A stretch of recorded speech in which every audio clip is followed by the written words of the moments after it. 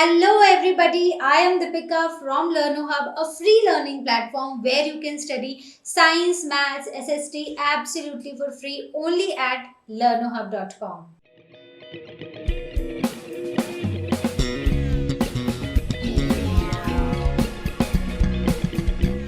तो बच्चों आज हम स्टार्ट करेंगे क्लास 9th का bio fundamental unit of life. इसके सभी के सभी एनसीईआरटी क्वेश्चंस आज हम डिस्कस करेंगे। तो चलिए स्टार्ट करते हैं अपने फर्स्ट क्वेश्चन के साथ।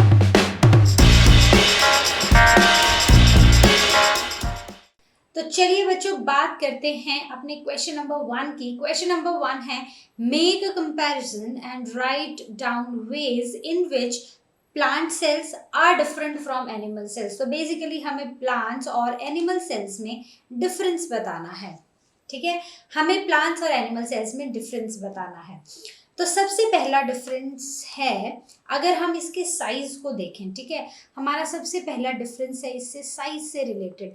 अगर हम प्लांट सेल और एक एनिमल सेल को कंपेयर करें तो हम देखेंगे कि जो प्लांट सेल है वो एनिमल सेल से थोड़ा बड़ा है, right. So plant cells are bigger than animal cells and animal cells are relatively smaller than the plant cells, right। दूसरा डिफरेंस है इनकी सेल वॉल को लेके। अगर हम प्लांट सेल को देखेंगे, ठीक है, हमने पढ़ा है प्लांट सेल भी पढ़ा है, एनिमल सेल भी पढ़ा है, तो प्लांट सेल के अराउंड एक एक्स्ट्रा वॉल होती है that is called as cell wall.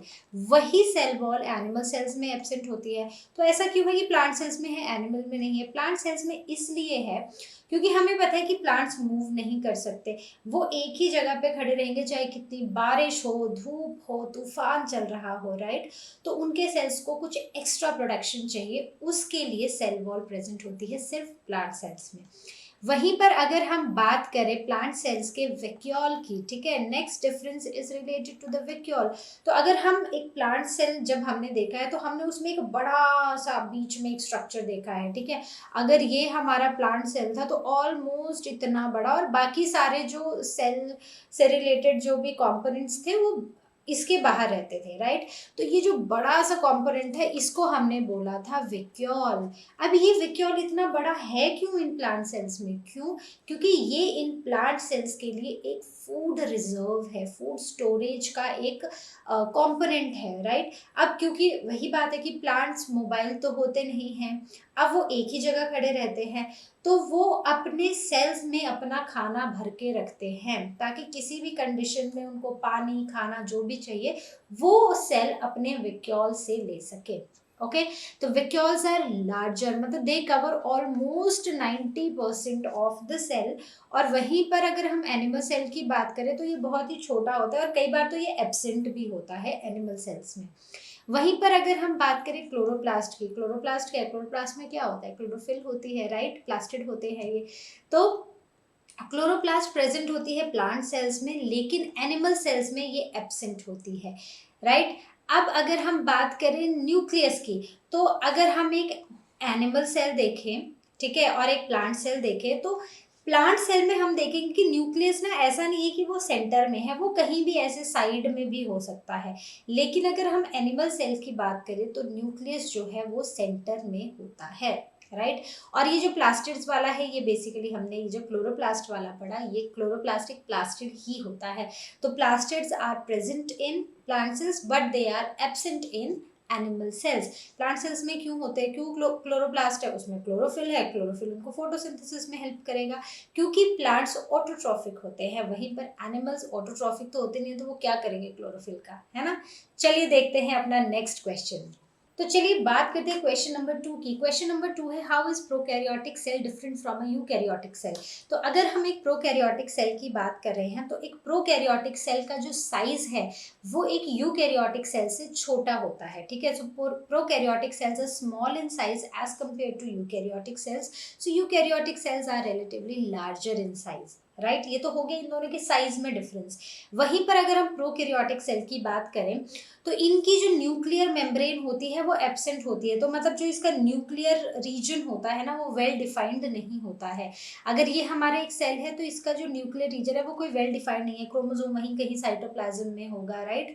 और वहीं पर अगर हम यूकैरियोटिक सेल्स की बात करें तो इनका जो न्यूक्लियर रीजन है ना वो बहुत अच्छे से डिफाइंड होता है कि ये न्यूक्लियस है, ये उसके अंदर के स्ट्रक्चर है, ये बाहर के स्ट्रक्चर है, ठीक है। So there is a nuclear membrane and the nuclear region is very well defined.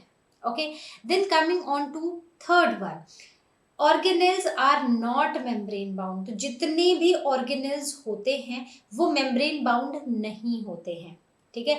मतलब कि जैसे अगर अंदर एक विक्यूल है, अंदर प्लास्टिड्स है, ठीक है, उनकी अपनी मेम्ब्रेन नहीं होती कि एक वेल डिफाइंड मेम्ब्रेन है, अच्छा ये स्ट्रक्चर है, ये स्ट्रक्चर है, ऐसा नहीं है। लेकिन यही चीज यूकैरियोटिक सेल्स में होती है, इनके जो ऑर्गेनेल्स हैं वो मेम्ब्रेन बाउंड होते हैं, जैसे न्यूक्लियस है, गोल्जी एपरेटस है, ये सारे के सारे मेम्ब्रेन बाउंड होते हैं। वहीं पर अगर हम बात करें प्रोकैरियोट्स में तो इसमें यूजुअली एक क्रोमोसोम होता है, वो भी कहीं ऐसे न्यूक्लियस में पड़ा हुआ मिलेगा। और अगर हम बात करें यूकैरियोटिक सेल्स में तो इसमें एक से ज़्यादा क्रोमोसोम्स प्रेजेंट होते हैं, राइट। सो बहुत ही सिंपल डिफरेंसेस हैं और आई होप आपको क्लियर भी हुए होंगे। अब देखते हैं अपना नेक्स्ट क्वेश्चन। तो चलिए अब हम बात करेंगे अपने क्वेश्चन नंबर 3 की। क्वेश्चन नंबर 3 है what would happen if the plasma membrane ruptures और ब्रेक डाउन। तो हमने पढ़ा है कि अगर हमारे पास एक सेल है, इस सेल के अराउंड क्या होती है, एक प्लाज्मा मेम्ब्रेन होती है, ठीक है। चाहे प्लांट सेल है चाहे एनिमल सेल है, प्लाज्मा मेम्ब्रेन तो होगी ही होगी। अब ये जो प्लाज्मा मेम्ब्रेन है अगर ये ब्रेक हो जाए, अगर ये रप्चर हो जाए तो क्या होगा। अब सबसे पहले इसमें समझने की बात यह है कि प्लाज्मा मेम्ब्रेन का एक्चुअली फंक्शन है क्या। तो जो फंक्शन है वो ये है कि एक तो ये रेगुलेट करता है चीज़ों को कि कौन सी चीज़ अंदर आएगी कौन सी बाहर जाएगी, मतलब ये सिलेक्टिवली परमिएबल है, ये कुछ ही चीज़ों को अंदर आने देता है, कुछ ही चीज़ों को बाहर जाने देता है। तो सेल में जो भी टॉक्सिक चीज़ें होती हैं उनको बाहर भेज देता है, जो भी सेल के लिए इंपॉर्टेंट चीज़ें होती हैं उनको अंदर आने देता है, राइट। तो ये एक बहुत ही इंपॉर्टेंट फंक्शन है प्लाज्मा मेम्ब्रेन का। तो अब अगर हमारी प्लाज्मा मेम्ब्रेन सोचो कि रप्चर हो गई तो क्या होगा, अब यहाँ पर फ्री मूवमेंट हो जाएगा सब्सटेंसेस का, कोई भी अंदर आएगा कोई भी बाहर जाएगा सेल के अंदर, कुछ टॉक्सिक चीज़ें भी अंदर आ जाएंगी, कुछ इम्पॉर्टेंट चीज़ें भी सेल के बाहर चली जाएंगी, तो कोई रेगुलेशन नहीं रहेगा सब्सटेंसेस का और इसकी वजह से सेल जो है वो मर जाएगा, the cell will eventually die, right. So this is the answer of this question. और मुझे लगता है कि ये बहुत ही सिंपल है, इसमें सोचना सिर्फ ये है कि फंक्शन क्या है प्लाज्मा मेम्ब्रेन का, और अगर वो नहीं होगी तो ये सारी चीज़ें नहीं होंगी, राइट। ये सब इंपॉर्टेंट चीज़ें, रेगुलेशन नहीं हो पाएगी, सिलेक्टिव मूवमेंट नहीं हो पाएगा, तो सेल क्या हो जाएगा, सेल इवेंचुअली मर जाएगा, राइट। तो चलिए देखते हैं अपना नेक्स्ट क्वेश्चन।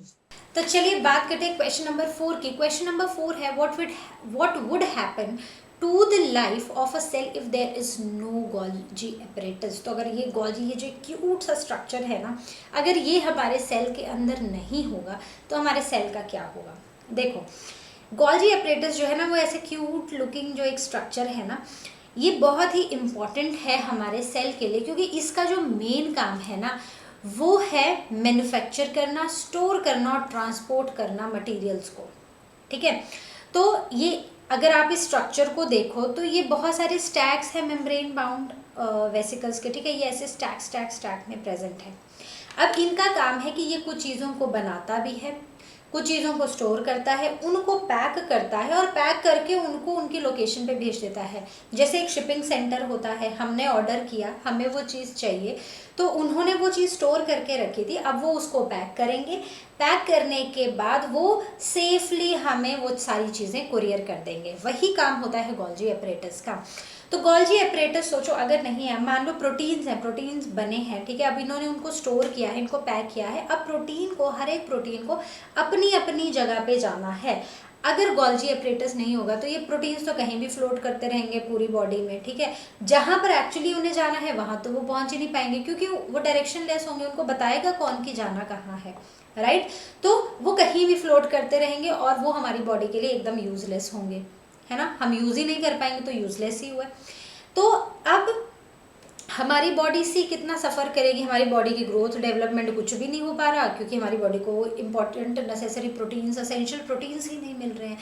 दूसरा इसका काम होता है कुछ सेल्स की फॉर्मेशन में भी ये इन्वॉल्व होता है, जैसे कि एक ऑर्गेनेली के प्रोडक्शन में ये हेल्प करता है, दैट इज़ लाइसोसोम्स।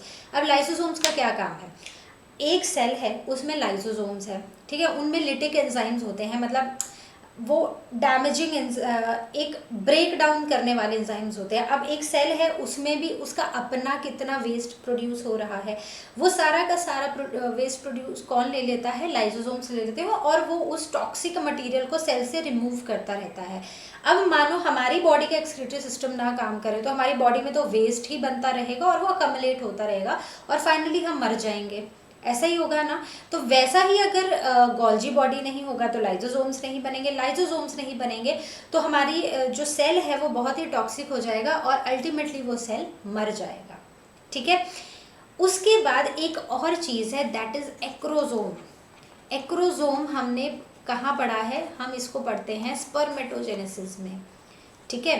स्पर्मेटोजेनेसिस मतलब स्पर्म्स की प्रोडक्शन में।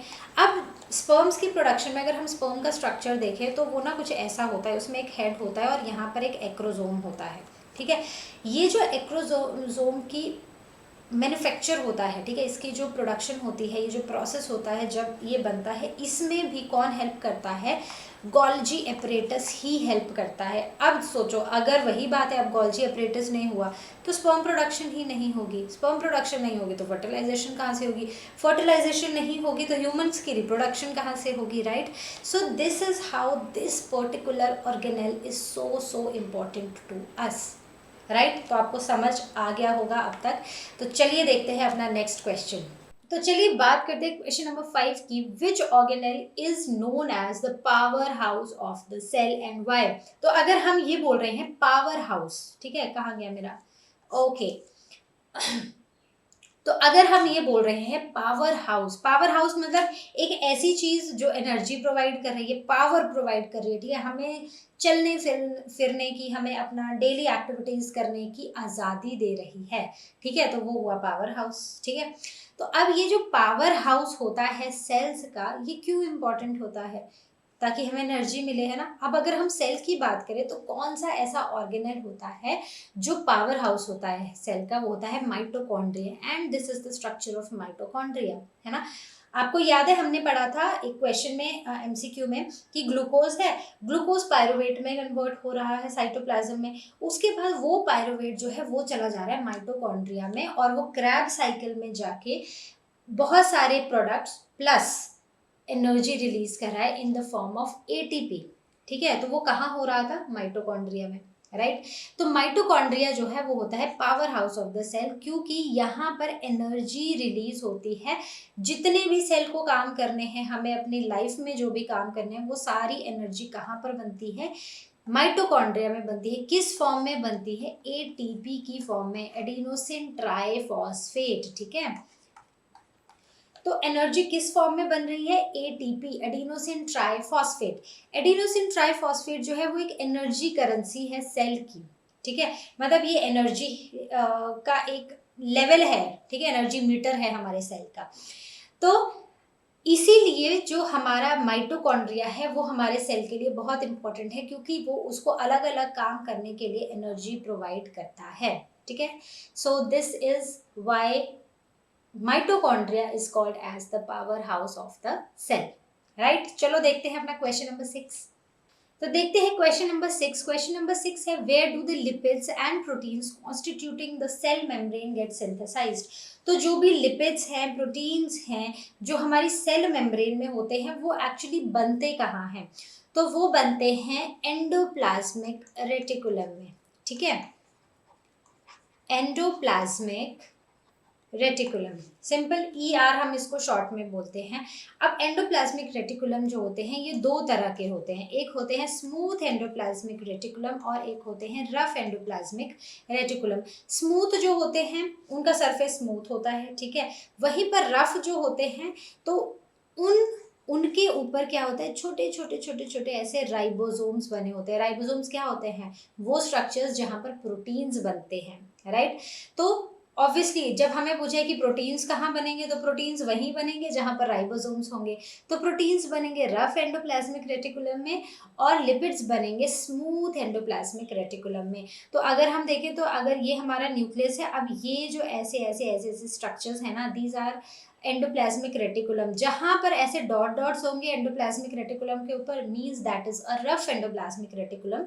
और ये जो डॉट्स हैं ये राइबोसोम्स हैं, तो राइबोसोम्स बनाते हैं प्रोटीन्स। तो प्रोटीन्स कहाँ बनेंगे? रफ एंडोप्लाज्मिक रेटिकुलम में। और जो ऐसे बिल्कुल स्मूथ होंगे, जिनके पास ये ऊपर बीड लाइक स्ट्रक्चर्स नहीं होंगे, वो होंगे हमारे स्मूथ एंडोप्लाज्मिक रेटिकुलम, और वहां पर बनेंगे लिपिड्स। ओके, चलिए देखते हैं नेक्स्ट क्वेश्चन। तो चलिए बात करते हैं क्वेश्चन नंबर 7 की। How does N amoeba obtain its food? तो अमीबा अपना खाना कैसे लेता है? तो अमीबा अपना खाना लेता है through the process called phagocytosis. तो अब ये फेगोसाइटोसिस है क्या? फेगोसाइटोसिस मतलब कि अमीबा है, ठीक है, वो सिंगल सेल स्ट्रक्चर, उसके पास कोई आर्म्स, लेग्स, माउथ कुछ भी नहीं है। तो वो क्या करता है, अपनी प्लाज्मा मेम्ब्रेन को से एनगल्फ कर लेता है उस फूड को, ठीक है। तो हम देखते हैं जैसे अब ये अमीबा है, ये इसकी प्लाज्मा मेम्ब्रेन है, इसने सेंस किया फूड अपने आसपास। तो ये जो प्लाज्मा मेम्ब्रेन है इसने एनगल्फ कर लिया इस फूड को, ठीक है। So this process is called ingestion, जैसे कि हमने ह्यूमंस में पढ़ा है, ingestion, digestion, absorption, assimilation and then egestion of food. तो सेम 5 स्टेप्स हैं, ठीक है। So this is ingestion of food. इसके बाद इसने ये एक स्ट्रक्चर बना लिया, ठीक है, एक वैक्यूल बना लिया, उसके अंदर इस खाने को ले लिया, और इसमें क्या है, बहुत ज़्यादा डाइजेस्टिव एंजाइम्स हैं, वो एंजाइम्स जो इस खाने को प्रॉपर्ली डाइजेस्ट कर देंगे, ठीक है। So this process is called digestion. अब इसके बाद खाना डाइजेस्ट हो गया, अब ये खाना होगा एब्जॉर्ब, वो भी इसी की वॉल से ये खाना एब्जॉर्ब होता रहेगा इस अमीबा के अंदर, इस सेल के अंदर। सो दिस इज कॉल्ड एब्जॉर्प्शन। उसके बाद जितना भी खाना है वो डिफरेंट सेल में जाके यूज होगा, so that is the process called assimilation. And finally अब सारा खाना एब्जॉर्ब होगा, ऑब्वियस सी बात है, पूरा खाना तो नहीं हुआ होगा, कुछ तो वेस्ट भी बचा होगा जैसे हमारी बॉडी में होता है। तो वो इसी वैक्यूल के थ्रू, इस वैक्यूल को बाहर की तरफ, इसको वापस से प्लाज्मा मेम्ब्रेन की तरफ ये जाता है, और यहाँ से ये जो खाना है, ये जो अनडाइजेस्टेड वेस्ट मटेरियल है, इसको बॉडी से थ्रो कर दिया जाता है, and this is called egestion, ठीक है। तो ये क्या कर रहा है, ये बेसिकली ये क्या बने हैं, इनको क्या बोलते हैं, इनको बोलते हैं हम सीडोपोडिया। तो ये प्लाज्मा मेम्ब्रेन की एक्सटेंशंस होती हैं, ये सीडोपोडिया बनाती हैं, मतलब सीडोपोडिया के थ्रू ये उस खाने को एनगल्फ कर रहे हैं, ठीक है। तो जब भी आपको ये क्वेश्चन आए, सो आई सजेस्ट, अगर ये क्वेश्चन 2 या 3 मार्क्स का आए, तो आप उसमें ये पूरा डायग्राम जरूर बनाएं, ठीक है। पहले दूर से खाना, फिर सीडोपोडिया आएगा, वो खाने को ठीक है, वो एक्सटेंशंस हो जाएगी प्लाज्मा मेम्ब्रेन की, खाना इंजेस्ट हो जाएगा, फिर वो उस वैक्यूल के अंदर डाइजेस्टिव एंजाइम्स होंगे, खाना डाइजेस्ट होगा, वहीं पर वो एब्जॉर्ब होगा, एसिमिलेट होगा, और फाइनली जो वेस्ट प्रोडक्ट्स हैं वो बाहर निकाल दिए जाएंगे, राइट। बहुत ही सिंपल है। हर क्लास में आपको अमीबा से रिलेटेड क्वेश्चन होता ही है, मतलब टॉपिक होता ही है। तो अमीबा एक बहुत ही इंपॉर्टेंट टॉपिक है, क्योंकि ये सिंपलेस्ट ऑर्गेनिज्म है पढ़ने के लिए, और इससे ये बेसिक है हमारे अलग अलग प्रोसेसेस को समझने के लिए। तो ये हर क्लास में आपको अमीबा पढ़ने को मिलेगा ही मिलेगा, ठीक है, और ये कहीं बदलेगा भी नहीं, ये ऐसा ही रहेगा। चलिए देखते हैं नेक्स्ट क्वेश्चन। चलिए देखते हैं नेक्स्ट क्वेश्चन। क्वेश्चन नंबर 8 है, व्हाट इज ऑस्मोसिस? तो ऑस्मोसिस क्या है? मान लो ये एक हमारी वॉल है, ठीक है, ये एक हमारी सेमी परमिएबल मेम्ब्रेन है, ठीक है। अब यहाँ पर एक कोई कंपोनेंट है जिसकी कॉन्सेंट्रेशन बहुत ज़्यादा है, वहीं पर यहाँ पर इसकी कॉन्सेंट्रेशन थोड़ी सी कम है, राइट। तो अब जो मूवमेंट होगा ये ए का, यहाँ से from the region of its higher concentration to the region of its lower concentration, so this process is called osmosis, ठीक है। बहुत ही सिंपल। बेसिकली ऑस्मोसिस क्या है? movement of water molecules from its region of higher concentration to the region of lower concentration through a semi permeable membrane, ठीक है। Semi permeable membrane के through ये जो ट्रांसपोर्ट हो रहा है ना, एक मॉलिक्यूल का उसकी हायर कॉन्सेंट्रेशन वाली साइड से उसके लोअर कॉन्सेंट्रेशन को, दिस इज कॉल्ड ऑस्मोसिस। ठीक है, ऑस्मोसिस का ये जो डेफिनेशन है ना, इसको अच्छे से हम इसी क्लास में समझ लें, क्योंकि जैसे जैसे हम हायर क्लासेस में जाते जाएंगे ना, इसमें और चीज़ें ऐड होती जाएंगी। अगर आपको ये बेसिक पता है ना, तो वो चीज़ें समझने में आपको बिल्कुल भी परेशानी नहीं होगी, राइट। तो चलिए देखते हैं अपना नेक्स्ट क्वेश्चन। तो चलिए बच्चों बात करते हैं क्वेश्चन नंबर 9 की। Carry out the following osmosis experiment. तो हमें एक ऑस्मोसिस के लिए एक एक्सपेरिमेंट करना है, जिसमें हमें लेना है, take a 4 peeled potato half. तो मतलब हमने एक आलू लिया, उसको पील कर दिया, और अब हमने उसको स्कूप आउट कर दिया। Scoop each one out to make potato cups. ठीक है, तो हमने एक आलू लिया, पहले तो उसको पील किया, फिर हमने उसको आधा कर दिया। अब आधा करने के बाद हमने उसके बीच में से ऐसे स्कूप निकाल दिया। ठीक है, एक कटोरी सी बना दी इसकी, right. One of these cup should be made of a boiled potato. और इनमें से मतलब हमें 4 चाहिए, 4 में से हम क्या करेंगे कि 3 तो हम ले लेंगे अनबॉइल्ड पोटैटो से, और एक जो है वो हम बॉइल्ड पोटैटो से लेंगे। ठीक है, मान लिया कि ये जो है ये हमारा बॉइल्ड वाला पोटैटो कप है। अब हमने क्या करना है, put each potato cup in the trough containing water. ठीक है, तो हमने एक वाटर ट्रफ लिया, और उसमें पानी, मतलब पानी तो ऑब्वियसली वाटर वाला था, तो उसमें ये चारों हमने कप्स, पोटैटो कप्स हमने डाल दिए। अब क्या करना है, हमने ए को एम्प्टी रखना है, इसमें हमने कुछ नहीं डालना है। सेकंड में हमने शुगर डालना है, थर्ड में हमने सॉल्ट डालना है, और फोर्थ में हमने फिर से शुगर डालना है, राइट। सिंपल है, क्या करना है वो हमें क्लियर है। Then observe the 4 potato cups and answer the following question. अब 2 घंटे के लिए हमने इनको छोड़ दिया, अब हमने ऑब्जर्व करना है कि इनमें क्या होगा। तो अगर आप देखोगे, so explain why water gathers in the hollow portion of B and C. तो हम क्या देखेंगे कि ए वैसा ही होगा, लेकिन बी और सी में दोनों में क्या हुआ होगा कि पानी आ गया होगा। ये जो खाली वाला पोर्शन है ना, यहाँ पर पानी आ गया होगा। तो इसका क्या रीजन है, इसका रीजन है डिफरेंस इन वाटर कंसेंट्रेशन। ठीक है, तो ये जो हमारा कप है, मतलब ये जो हमारे आलू की अब ये जो मेम्ब्रेन बची है ना, ये सेमी परमिएबल मेम्ब्रेन एक्ट करेगी, और यहाँ पर हो जाएगा ऑस्मोसिस। ऊपर पानी कम है तो पानी चला जाएगा, ठीक है, नीचे ज्यादा है तो वहां से ऊपर हाई लोअर कॉन्सेंट्रेशन की तरफ पानी चला जाएगा, मतलब एंडो ऑस्मोसिस हो जाएगा, राइट। वहीं पर अगर हम पोटैटो ए की बात करें, ये है ए, ठीक है, why is potato A necessary for the experiment, इसमें तो हमने कुछ डाला भी नहीं है, राइट। तो ये हमारे लिए क्यों जरूरी है, वो इसलिए जरूरी है ताकि हम बाकी 3 की ऑब्जर्वेशंस को देख सके कि सही हो रहा है कुछ कि नहीं हो रहा है।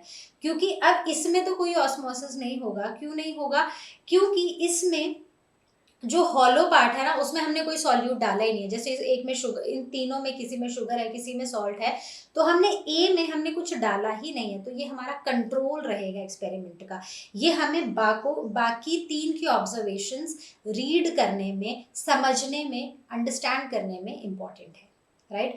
अब लास्ट है कि explain why water does not gather in the hollow out portion of A and D. ठीक है, तो हमने बोला कि ये जो हॉलो वाले पोर्शंस थे ए और डी, ठीक है, फर्स्ट और लास्ट, मतलब जो बॉइल्ड वाला था, और एक जो हमने जिसमें कोई सॉल्यूट नहीं डाला था, अनबॉइल्ड वाला पोटैटो, उनमें पानी क्यों नहीं आया। तो उनमें पहली बात है कि डी में तो सीधी सी बात है इसलिए नहीं आया क्योंकि हमने इसको बॉयल कर दिया था। तो अब इसकी जो वो सेमी परमिएबल नेचर थी ना इस मेम्ब्रेन की, वो चली गई, तो इसमें ऑस्मोसिस हुआ ही नहीं। ठीक है, ए में क्यों नहीं आया, क्योंकि ए में यहाँ पर कोई सॉल्यूट ही नहीं डाला था। अब सॉल्यूट ही नहीं डाला तो वो कॉन्सेंट्रेशन वाला फैक्टर इधर आया ही नहीं, right. So since there was no solute in the hollow spaces of both of these, अगर हम बात करें ए की, तो अब उसमें कुछ भी नहीं होगा क्योंकि हॉलो पार्ट में कोई सॉल्यूट नहीं था, राइट। तो बहुत ही सिंपल है, बहुत ही क्लियर है, और इस क्वेश्चन को अंडरस्टैंड करने का सबसे अच्छा तरीका है कि बहुत ही सिंपल सा एक्सपेरिमेंट है, राइट। हमने कुछ ज़्यादा तो कुछ नहीं करना, हमें 2 आलू चाहिए, ठीक है, उसमें से आधे को हमने कर देना है थोड़ा सा बॉईल, और बाकी 3 को हमने ऐसे स्कूप आउट कर लेना है, राइट। एक में शुगर डाली, एक में सॉल्ट डाला, और जो बॉइल्ड वाला था उसमें भी शुगर डाल दी, एक खाली रहने दिया, डाल दो सबको पानी में, देखो क्या होता है है ना। तो चलिए अब चलते हैं हम अपने नेक्स्ट क्वेश्चन पर। तो चलिए बात करते हैं अपने लास्ट क्वेश्चन की, which type of cell division is required for growth and repair of the body and which type is involved in formation of gametes। तो अगर हम बात करें बॉडी के ग्रोथ और रिपेयर की, तो हमें बेसिकली क्या चाहिए, ग्रोथ के लिए क्या चाहिए, ऐसे फटाफट फटाफट सेल्स डिवाइड होते रहने चाहिए, ठीक है। हमें उसमें प्लॉइडी का कोई कॉन्सेप्ट नहीं है, ठीक है, कि क्रोमोसोम नंबर आधा करना है, ऐसा कुछ नहीं है। मतलब हमें क्या करना है, अगर हमारी बॉडी की ग्रोथ या रिपेयर करनी है, हम चाहते हैं कि फटाफट से सेल मल्टीप्लिकेशन होती रहे, सेल डिविजन होता रहे। तो it is mitosis which is also called as equational division, ठीक है। ये होता है इक्वेशनल डिविजन, मतलब जो क्रोमोसोम नंबर है वो सेम ही रहेगा, बस सेल फटाफट से डिवाइड होते रहेंगे, दैट इज माइटोसिस।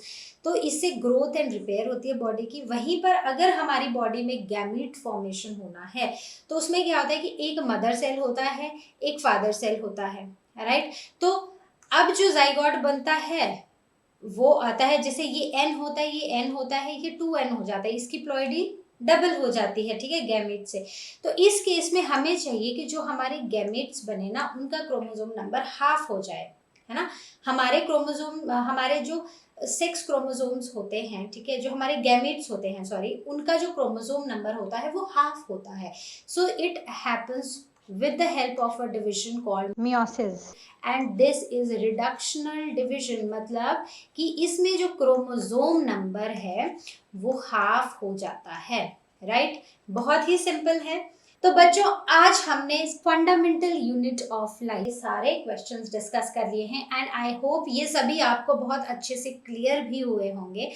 तो अब हम मिलेंगे अपने नेक्स्ट वीडियो में, और जैसा कि आप जानते हैं लर्नो हब फ्री है पर बेस्ट है।